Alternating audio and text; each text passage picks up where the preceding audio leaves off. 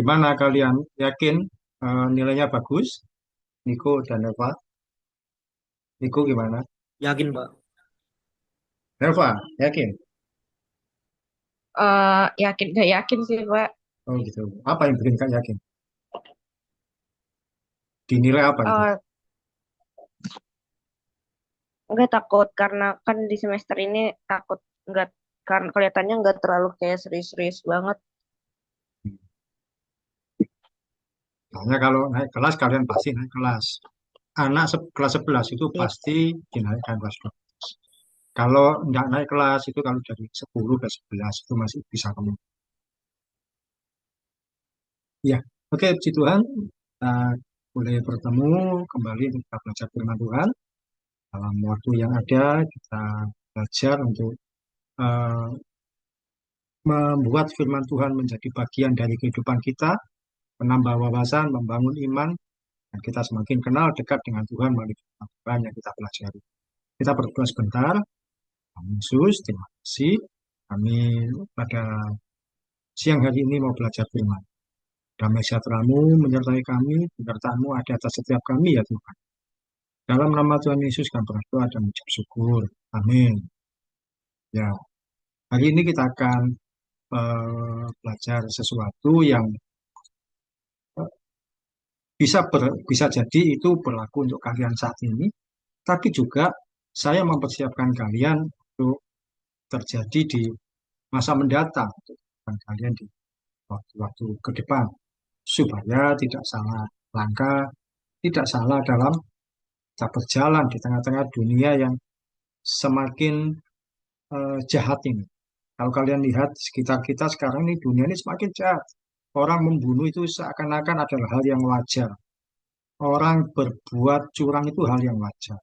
Bahkan bukan hanya itu, seringkali kita melihat ketidakadilan ya, sering di Bekasi ya, yang saya baca berita itu, satpam itu menangkap orang yang masuk ke rumah orang lain atau menangkap orang yang berbuat jahat. Tapi karena ketika ditangkap, eh, mungkin sempat diajar sedikit, justru yang ditangkap adalah satpamnya itu karena dianggap berbuat melukai orang lain.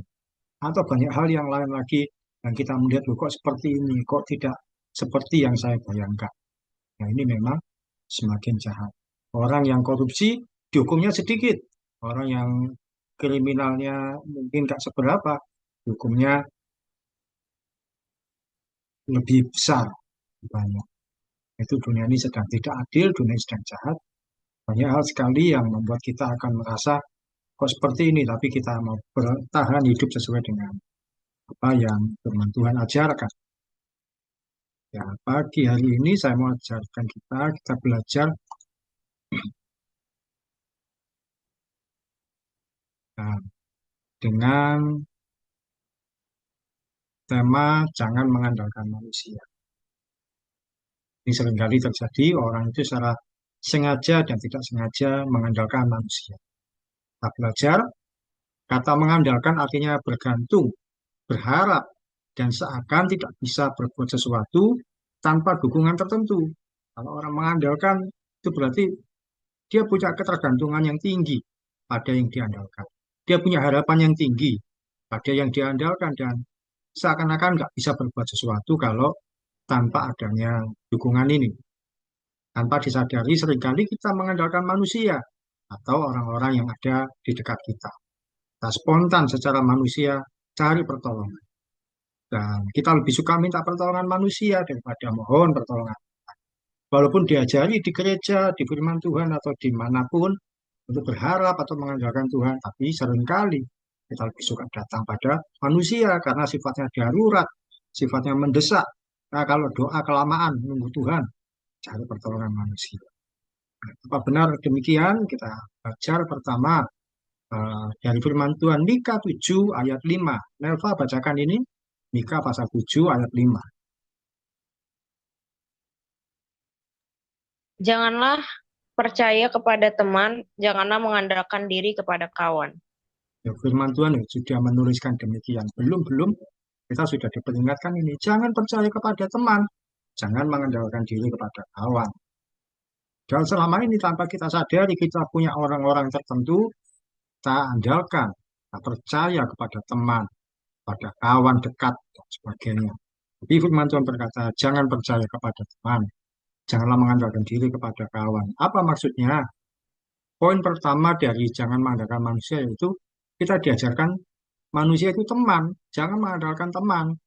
Jangan dalam kehidupan sehari-hari, bukankah terlalu sering kita mengandalkan diri pada teman atau kawan.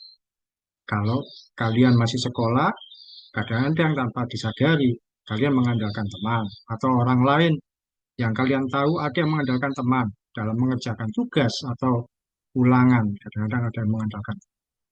PR-nya nggak sempat dikerjakan, terlalu sulit, nunggu teman mengerjakan. Dulu ketika saya sekolah juga begitu. Terlalu sulit, saya nggak bisa saya lewati. Saya kasih jarak antara nomor 2, nomor 3, dan seterusnya. Saya kasih jarak. Nunggu kalau teman tertentu, teman yang pintar itu ngerjakan. Saya tunggu. Seringkali memang ada saya bisa pinjam. Tapi beberapa kali ternyata, oh dia sendiri tidak masuk. Dan saya kebingungan bagaimana mengerjakan. Karena mengandalkan teman. Kalau orang yang bekerja, lebih suka bila temannya yang menyelesaikan pekerjaan. Lalu kita tinggal mengikuti saja. Jadi orang yang bekerja suka temannya yang menyelesaikan dulu. Lalu kita mengikuti. Dan ya belum tentu benar, bisa jadi salah. Kita dalam situasi yang mengandalkan orang lain, mengandalkan teman. Eh, Satu kali ketika saya SMP ujian komputer, saya itu tidak bisa komputer sama sekali. Bingung. Teman saya adalah anak-anak orang kaya yang mereka punya komputer di rumahnya. Saya nggak punya. Jadi ketika pelajaran komputer ya saya tidak pernah nyambung. Ketika ujian praktek, saya di hadapan saya komputer tapi tidak tahu apa yang saya kerjakan. Saya belajar, saya coba mengandalkan teman saya, ternyata teman saya sama saja. Dia tidak bisa. Terus coba, ayo cari jawaban ke sana, ke sini. Dan masing-masing ya sibuk dengan pekerjaan, dengan tugas yang dikerjakan. Kami ya bingung, akhirnya ya nilainya pas-pasan. Nah, tidak belajar. Dalam keadaan susah, seringkali kita spontan untuk minta tolong pada teman. Mungkin ketika tugas di sekolah, atau PR, atau apapun, kita nunggu teman kita. Dan celakanya, orang tua, nah, tidak tahu orang tua kalian juga atau tidak, tapi orang-orang seringkali spontan untuk minta tolong pada teman. Contohnya, kalau tidak punya uang, siapa yang ada di pikiran? Biasanya kan cari pinjam. Cari orang yang bisa dihubungi. Teman dekat yang kita anggap sanggup menolong. Ini ya, saya beri contoh gambar yang tangan di bawah ini pinjam uang, yang tangan di atas meminjami berapa ratus ribu itu dikasih mau dipinjami 1 juta mungkin. Tidak punya uang, bingung. Ketika tidak punya uang, ada tagihan, ada kebutuhan, biasanya segera cari siapa yang bisa saya hubungi untuk pinjam. Bukankah seringkali yang terjadi seperti itu? Satu kali saya juga dalam kondisi ketika saya jadi guru, penghasilan saya pas-pasan, tidak sanggup memenuhi banyak kebutuhan. Apalagi istri dan anak saya ada di luar kota, saya harus memenuhi kebutuhan mereka. Saya juga harus menyediakan kebutuhan saya sendiri yang tinggal di rumah sendiri. Apa yang saya harapkan? Saya ketika mengandalkan teman, ya mereka juga punya kebutuhan sendiri. Tapi satu kali saya berdoa, Tuhan ampuni saya serahkan pada kalian tahu, di tengah saya tidak punya uang, bingung untuk segala sesuatunya, sementara hari Senin malam saya harus siaran radio. Saya siaran radio tidak dibayar, programnya rutin. Setelah siaran radio, ada tamu yang saya bantu untuk siaran, pulang dari siaran, saya dikasih uang, kasih amplop, saya buka isinya 500 ribu. Ternyata kalau saya mengandalkan Tuhan, ternyata ada berkat yang tidak. Firman Tuhan melarang supaya kita tidak mengandalkan teman atau kawan, sebab manusia bisa mengecewakan dan kekuatannya terbatas. Boleh nggak tapi minta tolong pada teman? Boleh. Tapi lebih baik berdoa dulu.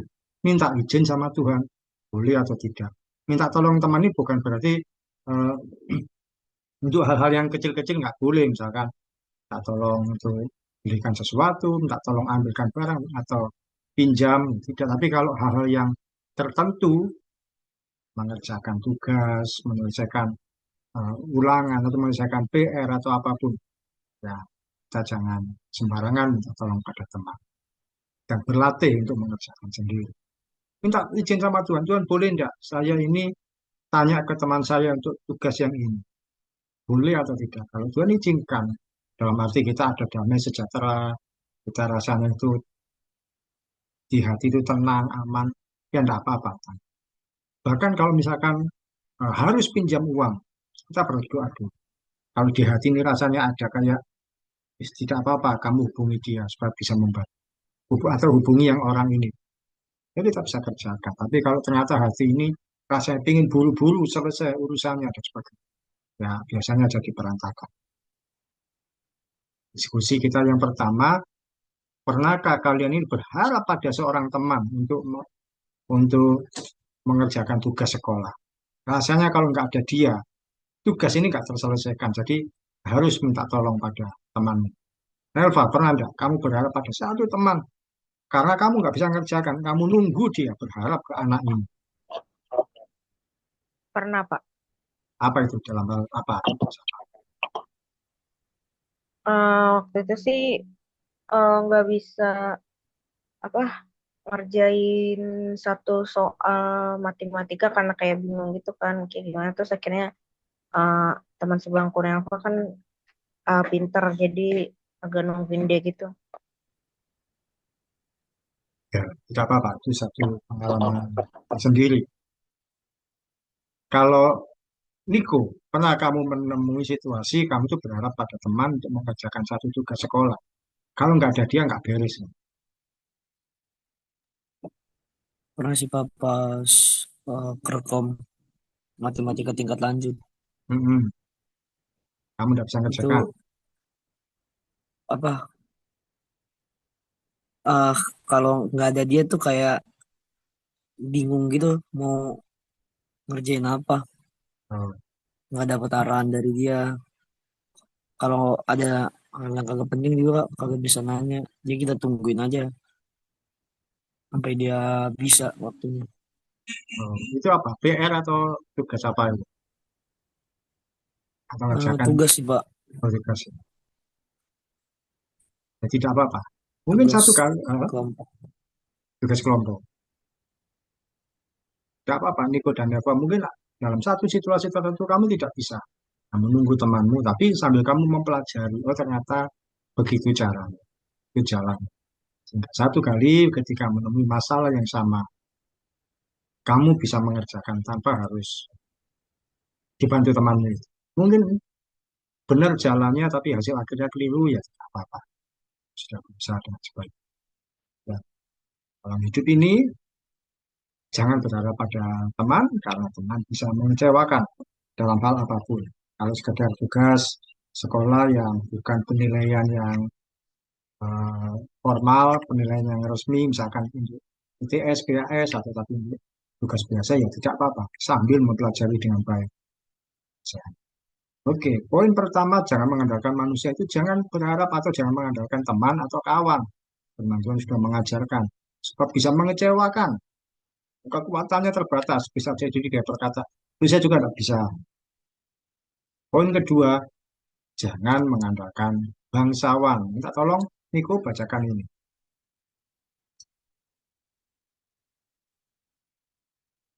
Mazmur 146 ayat 3. Mazmur 146 ayat 3. Janganlah percaya kepada para bangsawan, kepada anak manusia yang tidak dapat memberikan keselamatan. Ya, kalau tadi kita belajar tidak mengandalkan manusia itu artinya tidak mengandalkan teman. Tapi kita juga diajarkan berikutnya, jangan mengandalkan bangsawan. Teman-teman, jangan percaya kepada para bangsawan. Nah, itu kan waktu itu ayat itu dituliskan ketika masih masa pemerintahan kerajaan. Kalau itu dihubungkan dengan keadaan sekitar saat ini, menurut Niko, siapa yang dimaksud dengan bangsawan?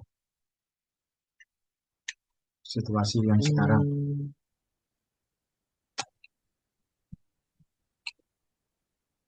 Siapa yang bangsawan. Kalau untuk zaman sekarang ya Pak, Ya, kalau di situasi sekarang itu siapa yang dimaksud bangsawan? Ya kita ini manusia, rakyat, ma- Oke. manusia-manusia ini. Hmm. Bangsawan artinya orang yang punya jabatan dan kedudukan yang terhormat. Kalau di kerajaan kan ada pangeran, ada putri, ada orang-orang yang punya jabatan-jabatan tertentu. Ya, ujung-ujungnya seorang raja. Itu bangsawan, orang yang punya jabatan. Kalau pengertian sekarang, bisa jadi orang kaya, punya banyak uang. Itu adalah konotasi sekarang untuk bangsawan. Yang mungkin pemikiran sekarang, oh dia bangsawan. Atau yang punya akses tertentu, akan sering disebut orang dalam. Bangsawan atau orang kaya itu kalau bahasa sekarang kan disebut sultan. Yang dia punya uangnya banyak. Jangan berharap pada mereka, pada orang, pada bangsawan, pada orang kaya. Orang kaya itu apa? Oh, saya minta bantuan dia. Saya percaya kalau saya minta bantuan dia, minta dimodalin, pasti berhasil. Atau yang punya akses tertentu, sering disebut orang dalam. Pernah dengar nggak istilah orang dalam? Pernah tahu istilah itu, Niko, orang dalam? Pernah Pernah dengar? Pak? Nah, apa? Di apa Ya. biasanya? Hmm, Apa yang kamu di ketahui dengan? Nah, suatu perusahaan sih pastinya. ya. Nelva, pernah mendengar orang dalam? Apa yang kamu pikirkan dengan kata orang dalam? Kamu ketahui? Kalau orang dalam tuh kayak apa ya?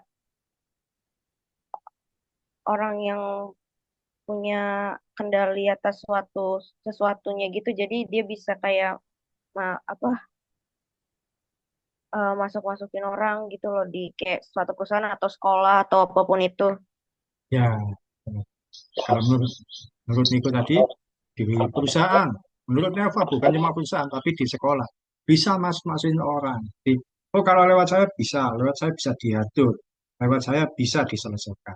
Jadi kita seringkali tanpa sadar berharap pada orang-orang. Ada orang dalam yang mengatur. Saya pernah menawari teman saya, seorang guru sudah keluar dari pekerjaan. Saya kasih tahu ini ada info lowongan sekolah butuh guru. Saya kasih tahu alamat sekolah, saya kasih tahu nomor HP-nya, sekolah baru. Nih, dia malah bertanya lagi, Pak, kenal orang dalam enggak di situ? Mana saya cuma ngasih info bahwa ada sekolah baru, lowongan. Kalau orang dalam ya, nah artinya kan kita itu harus berusaha sendiri. Kita mengejar dengan posisi dengan prestasi kita sendiri. Sering kalau mau bekerja berharap ada orang dalam. Kalau ada orang yang menawarkan kalian, oh bekerja di sini ada orang. Memang kelihatannya enak, tapi saya sarankan dipikir lagi lebih jauh. Misalkan gini, oh dimasukkan sama bapak ini, om ini, atau orang ini, tante ini, dan sebagainya. Dipikirkan lagi bahwa sebisa mungkin tidak melalui orang-orang itu. Boleh, kalau kalian punya prestasi, punya sesuatu yang memenuhi syarat, tapi terus kemudian sesuai dengan yang diharapkan. Tapi kalau ternyata nggak punya skill, nggak punya apa kapasitas yang dibutuhkan, dibantu orang dalam tidak malah memalukan. Satu kali bisa jadi orang dalam itu punya masalah di perusahaan, diberhentikan. Nah, kita yang bekerja dibantu orang itu ikut-ikutan kena. Kalau boleh nggak dibantu, kalau punya sesuai yang dibutuhkan, punya kemampuan yang sama. Ya, jadi sebenarnya bukan dia membantu, kita juga membantu diri sendiri. Satu kali saya pernah masuk di satu sekolah, melamar sekolah. Sesuai dengan saya punya ijazah, punya kemampuan mengajar sesuai yang tapi saya mengenal orang yang di situ, orang yang punya kekuasaan di sekolah itu. Jadi ketika saya ketemu dengan bapak ini, saya bukan berarti minta tolong, tapi saya lajukan lamaran ini. Tapi karena dia mengenal saya juga, jadi tidak dipersulit, saya pun bisa mengajar di situ. Jadi kalau saya sekedar ingin dimasukkan, ya tentu akan memalukan buat saya. Di bangsawan itu orang yang punya jabatan dan kedudukan orang kaya, orang yang punya akses tertentu, sering disebut orang dalam. Jangan percaya kepada para bangsa, kepada anak manusia yang tidak dapat memberikan keselamatan. Artinya apa? Pertolongan orang dalam itu akan sia-sia. Tidak dapat memberikan keselamatan itu pertolongan yang kita harapkan tidak bisa sepenuhnya, cenderung menyisakan masalah, jadi tidak bisa memberikan keselamatan.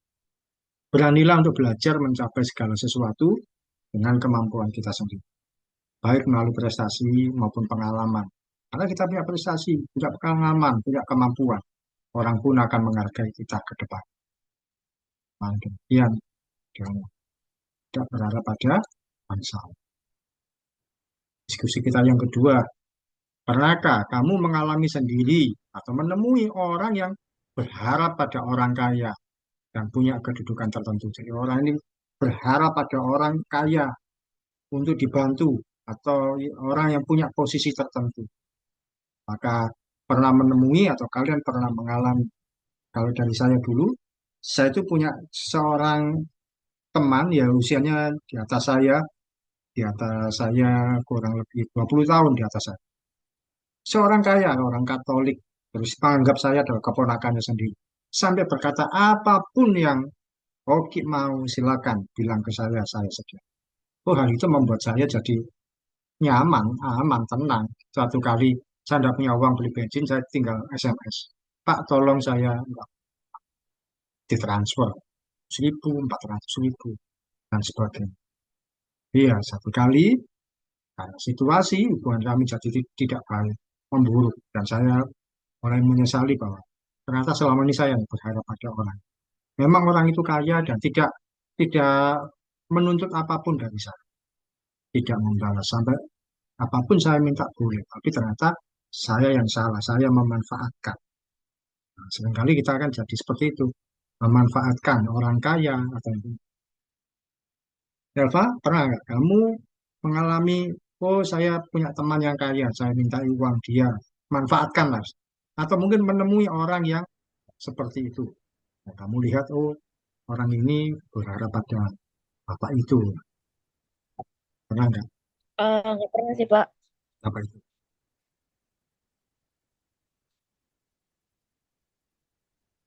Nggak pernah ada temen Nelva mungkin ada yang berkecukupan, tapi nggak pernah yang kayak berpikir buat manfaatin gitu. Ada teman yang sekarang, hmm. Tapi ada enggak teman yang mencoba apa? Mungkin minta dibelikan, minta apapun dibayari gitu enggak? Ada enggak? Kalau buat itu sih nggak tahu ya sih Pak, nggak nentu bisa nilai, mungkin ada aja terkadang, tapi nggak kenapa nggak langsung ngejudge kalau orang itu manfaatin dia doang. Mungkin tanpa sadar kita tidak memanfaatkan, tapi seringkali ada sesuatu, oh minta ini, minta ini. Nah, saya pun juga tidak memanfaatkan teman saya tadi, tapi tanpa sadar. Ya mungkin ya sadar juga. Ketika saya tidak tahu, tidak punya uang, oh saya benar. Saya akhirnya menghubungi dia. Di situ sebenarnya saya sudah manfaatkan. Niko, pernah kamu menemui situasi seperti itu? Mengalami sendiri atau melihat orang lain? Hmm,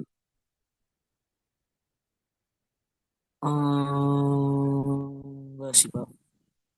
Tidak pernah. Nah, sekarang kalau saya balik bertanya, kalau ada orang yang berharap pada orang yang lebih kaya, punya uang, atau misalkan di sekolahmu ada teman yang punya uang lebih banyak, ekonominya mampu. Baik enggak kalau ada anak-anak tertentu itu yang minta diberikan sesuatu, misalkan atau minta ditraktir, atau apa-apa minta dibantu, atau mungkin ada orang itu yang kalau ada sesuatu minta bantuan pada orang yang dikenal, oh dia itu lebih kaya. Mungkin di gereja ada orang yang lebih kaya, terus orang lain mencoba minta bantuan. Menurutmu baik enggak sikap seperti itu? Enggak sih, nggak baik itu. Kenapa? Kalau menurutmu kok enggak baik ini? Karena eh, jangan sekali-sekali kita itu berharap sama manusia atau apa berharap sama orang yang punya jabatan atau orang kaya gitu. Karena kita kalau dianggap rendah sama mereka ntar.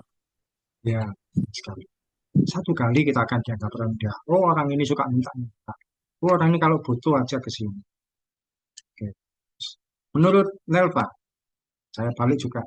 Mungkin temanmu tadi nggak diminta-minta teman. Tapi kalau misalkan ada teman yang mencoba sedikit minta dibayari, atau mungkin ada orang tertentu yang dia itu memang secara ekonomi mampu, tapi ada orang yang lain yang coba minta bantuan, coba minta ada kesulitan datang ke dia. Menurutmu bagaimana? Baik apa tidak atau bagaimana?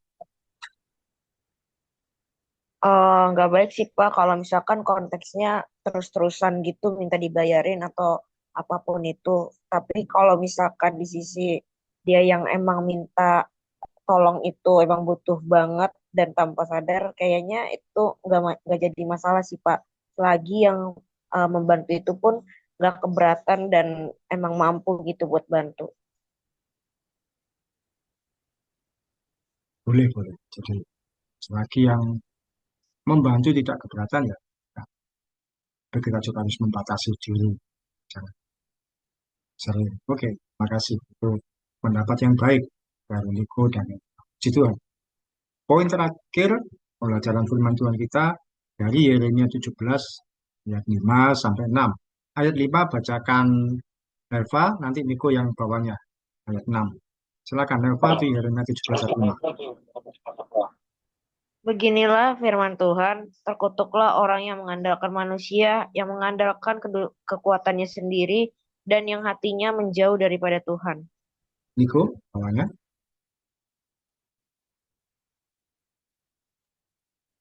Ia akan seperti semak bulus di padang belantara.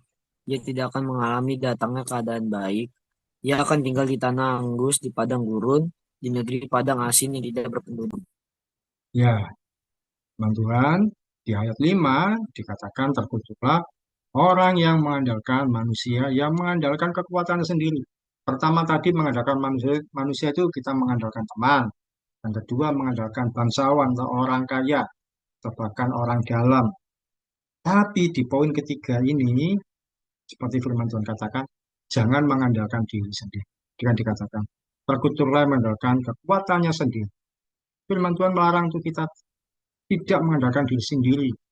Orang yang mengandalkan diri sendiri hatinya menjauh dari Tuhan. Orang mengandalkan diri sendiri biasanya bergantung pada apa? Popularitas, pada kekayaan, pada jabatan, atau ambisinya sendiri. Saya kan orang terkenal, saya kan punya nama, pasti kalau saya minta bantuan, pasti dikasih, atau mengandalkan kekayaan.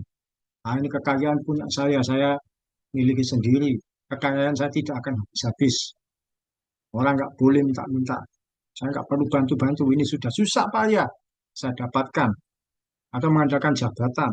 Jabatan saya ini sudah bertahun-tahun saya pegang, tidak mungkin kan jatuh.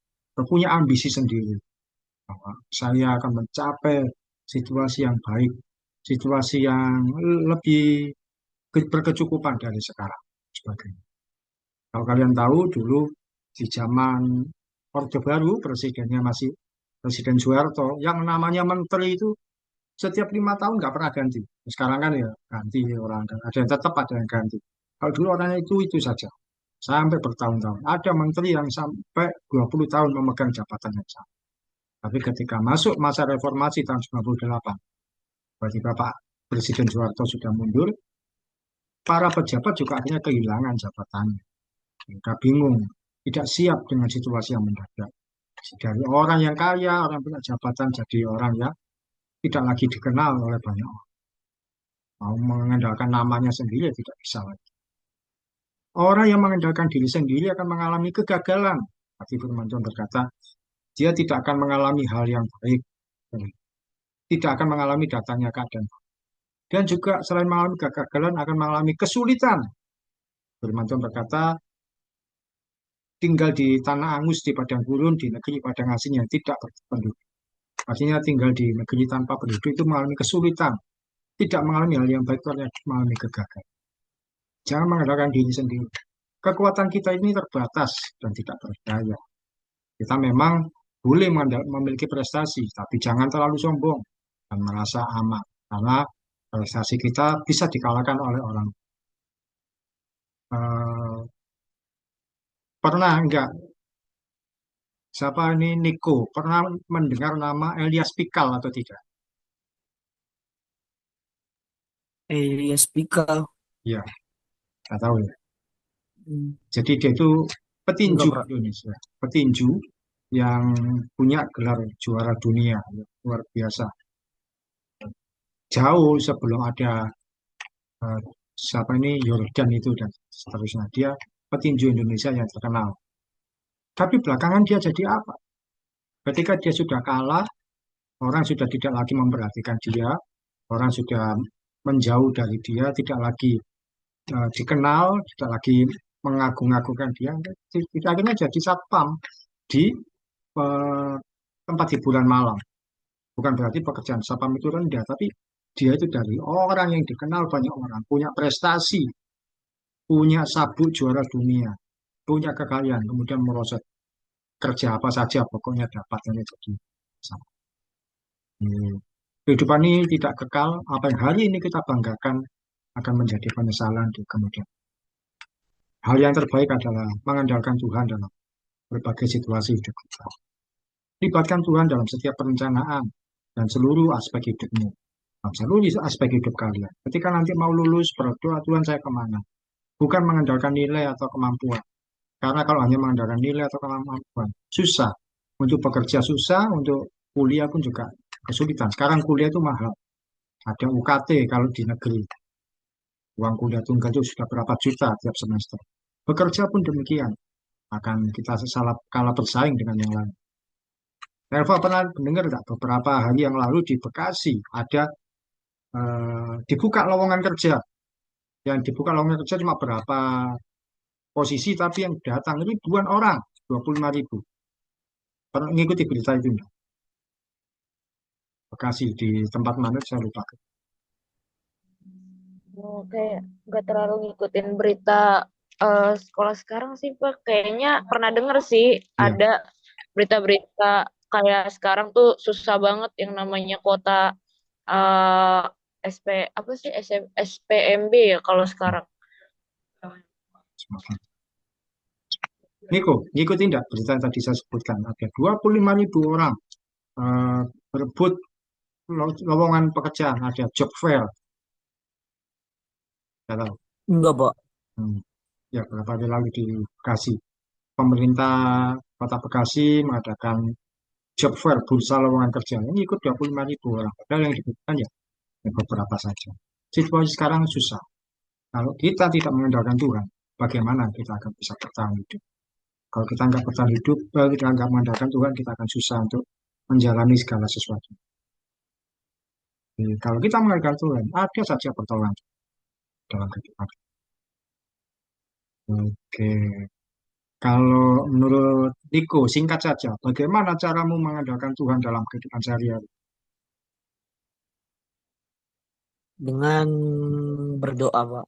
Pastinya minta pertolongan, terus meminta bantuan kalau kita misalnya dalam keadaan susah maupun duka.